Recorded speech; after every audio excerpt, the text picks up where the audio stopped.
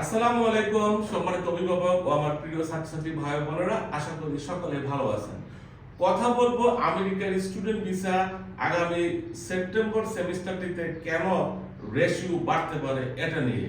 আমেরিকাতে অনেক স্টুডেন্ট প্রতি বছরই বাংলাদেশের থেকে পড়াশোনা করার জন্য যায়, কিন্তু লাস্ট একটা বছর যাবত ভিসা রেশিও কমে যাওয়ার কারণে অনেক স্টুডেন্ট ভয় পেয়ে আবেদন করতে পারছেন না। বিধায় অনেকের ধারণা আমেরিকা এখন আর কাউকে ভিসা দেবে না, এবং এই ধারণা থেকে স্টুডেন্টদের সংখ্যা দিনে দিনে কমে যাচ্ছে। তো বিষয়গুলো কাকতালীয়, কিন্তু হতেও পারে এটা একটা পজিটিভ সাইড, আপনারা ভিসাও পেয়ে যেতে পারেন।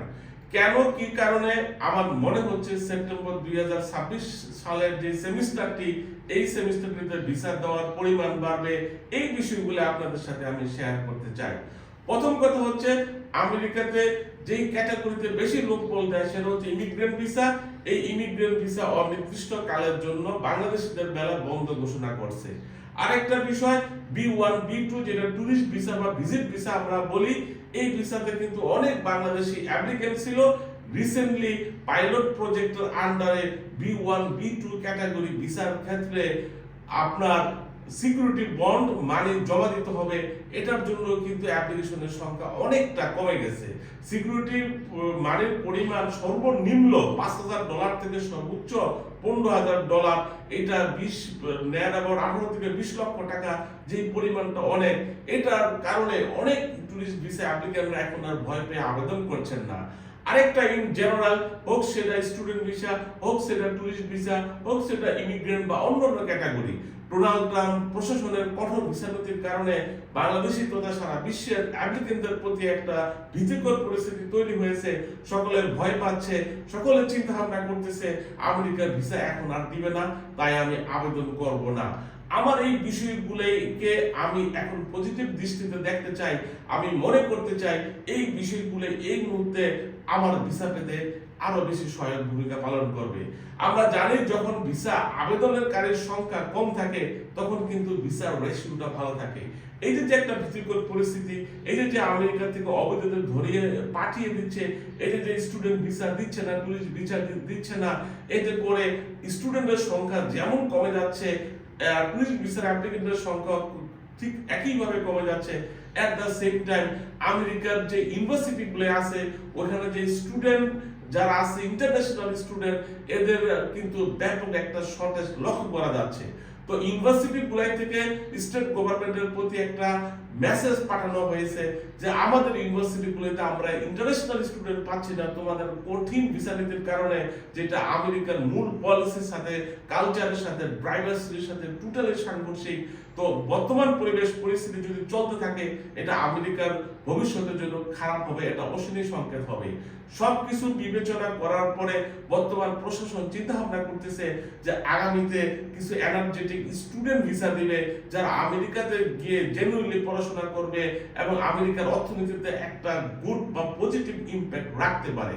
তাই আমি মনে করতেছি এই মেসেজগুলাই আমাদের জন্য একটা পজিটিভ মেসেজ, যে হয়তোবা আমেরিকান বর্তমান গভর্নমেন্ট তার পূর্বের ধারণা থেকে ফেরত এসেছেন। হোপফুলি তারা বিভিন্ন ক্যাটাগরি ভিসা বন্ধ করে দেওয়ার ফলে যে ক্রাইসিসটা তৈরি হয়েছে এটা অনুধাবন করতে পেরেছেন, এবং বর্তমানে তারা যারা ইয়াং, যাদের বয়স কম, যারা এডুকেটেড, যাদের একাডেমিক কোয়ালিফিকেশন আছে, যাদের উদ্দেশ্য আমেরিকা থেকে পড়াশোনা করা, যাদের দিয়ে আমেরিকার সরকারের কোনো ধরনের কোনো ক্ষতিগ্রস্ত হবেন না, তাদেরকে কিন্তু এখন ওয়েলকাম করার একটা সময় চলে আসছে। আপনাকে কিন্তু বলে দিবে না ফোন করে ডোনাল্ড ট্রাম্প প্রশাসন যে এখন আমি ভিসা দিব, আপনি আবেদন করেন। এই যে মেসেজগুলাই, এই যে পজিটিভ সাইনগুলাই দেখে আপনি আপনার সিদ্ধান্তটা যদি নিতে পারেন, আশা করি আপনার কোয়ালিফিকেশন অনেক কম থাকলেও ভিসা পেয়ে যেতে পারেন। যাদের স্টার্টিং গ্যাপ আছে, যাদের আইএলটিএস এর স্কোর কম আছে, যারা টিউশন ফি আমেরিকাতে পৌঁছে দিতে চান, তাদের জন্য ভালো একটা গুড অপশন হচ্ছে আমেরিকা। আমেরিকাতে এই মুহূর্তে স্টুডেন্টের সংখ্যা খুবই কম, তাই ইউনিভার্সিটি গুলাই এখন তাদের আইএলটিএস ছাড়াও, ইংরেজি ভাষার দক্ষতা ছাড়াও অনেক মেইন প্রোগ্রাম অফার করতেছে। অনেক ইউনিভার্সিটি তাদের অ্যাপ্লিকেশন ফিটা ওয়েভ করে দিচ্ছে। অনেক ইউনিভার্সিটি ইন্টারন্যাশনাল স্টুডেন্টদের না পাওয়ার কারণে তাদের অ্যাডমিশন রিকোয়ারমেন্টটা পূর্বের থেকে অনেক নিচে নিয়ে আসছে। তাই এখন যে কোনো স্টুডেন্ট যে মোটামুটি ভাবে ইংরেজিতে কথা বলতে পারে, উইদাউট আইএলটিএস অ্যাপ্লাই করে কিন্তু আমেরিকার ভিসা পাওয়া সম্ভব। এই যে কঠিন একটা পরিস্থিতি, এই পরিস্থিতিটা আমি পজিটিভ দৃষ্টিতে দেখি, যেহেতু স্টুডেন্টের সংখ্যা কমে গেছে, অবৈধদের ধরে পাঠিয়ে দিচ্ছে, ইউনিভার্সিটিগুলো ইন্টারন্যাশনাল স্টুডেন্ট পাচ্ছে না, এই বিষয়গুলো সবগুলো যদি আমি একত্রে করি তাহলে আমি একটা সামারে যে আসতে পারি হয়তোবা 26 সালের সেপ্টেম্বর সেমিস্টারটি বাংলাদেশি স্টুডেন্ট ভাই বোনদের জন্য একটা সুবর্ণ সুযোগ হতে পারে। আমি যে কথাগুলো বলতেছি এটা সম্ভাবনা, হইতেও পারে নাও হতে পারে, বোঝা যাবে তখনই যখন আমরা সেপ্টেম্বর সেমিস্টারটা পার করব।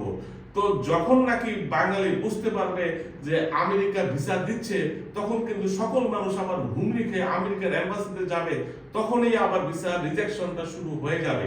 তাই পরিবেশ পরিস্থিতি দেখে রাইট সময়ে যদি রাইট ডিসিশনটা আপনারা নিতে পারেন, আশা করি আপনাদের ভিসা হবে এবং কোয়ালিফিকেশন কম থাকা সত্ত্বেও আমেরিকাতে আপনি চলে যেতে পারবেন। যেহেতু বর্তমান পরিস্থিতিতে স্টুডেন্টের সংখ্যা কম, যাদের কোয়ালিফিকেশন কম আছে, যাদের মিডিয়াম অফ ইনস্ট্রাকশনের সার্টিফিকেট আছে, যাদের আইএলটিএস স্কোর কম আছে, যারা আমেরিকাতে পৌঁছে টিউশন ফি দিতে চায়, তারা কিন্তু এখন এই সুযোগটা কাজে লাগাতে পারে। যদি সেপ্টেম্বর সেমিস্টারে ভিসা পরিমাণটা বেশি থাকে তাহলে কিন্তু বাংলাদেশি স্টুডেন্ট ভাই বোনেরা আগামী জানুয়ারি সেমিস্টারে সবাই গিয়ে আবার আমেরিকাতে আবেদন করবে, তখন কিন্তু দেখবেন ভিসা রিজেকশনটা অবশ্যই বেড়ে গেছে।